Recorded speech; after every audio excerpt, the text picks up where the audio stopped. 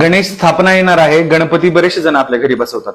मग हे गजराज गणपती बसवताना कोणकोणत्या गोष्टींची दक्षता घ्यावी चला जाणून घेऊया.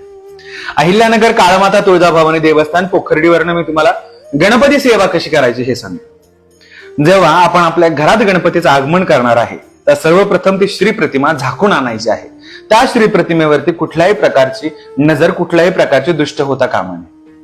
त्याच सोबत त्या श्री प्रतिमेचे कुठल्याही प्रकारचा खंडित असावी असं जर तुम्हाला वाटत असेल तर ती प्रतिमा आणू नये. कुठल्याही प्रकारचा भाव करून, तोल करून ती मूर्ती आणू नये. जर आपल्या मनाला पटलं, आपण कोटींनी पैसा मागणार आहोत त्या देवाला, धन दौलत सुख समृद्धी सगळं काही मागणार आहोत, मग त्या भगवंताची किंमत करून आपल्या दारात आणायचं नाही. घर दया दुधाने गोमूत्राने शुद्ध शुचिभूत करायचं आहे. आणि त्याच सोबत जितक्या अलंकाराने, जितके सुशोभित भगवंत आपल्या घरी आणता येतील तेवढे सुशोभित भगवंत आपल्या घरी आणायचे. फेटा, शॉल, त्याच सोबत आता नवीन वर्कचे प्रकार चालू झाले आहेत, खडे लावण्याचे. खडे देखील लावले जातात.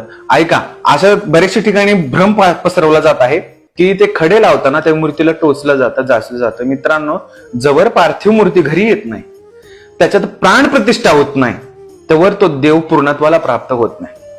मग प्राण प्रतिष्ठेनंतर तुम्हाला त्या मूर्तीला डवचायचं नाही.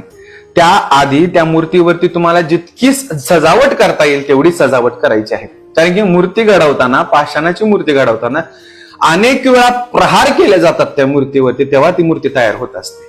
असं मनात भ्रम आणू नका. कुठल्याही प्रकारची सुंदर, सुचिभूत आणि छान डोळे असणारी मूर्ती आपल्या घरी आणून गणरायाची बसवा. ओम काली.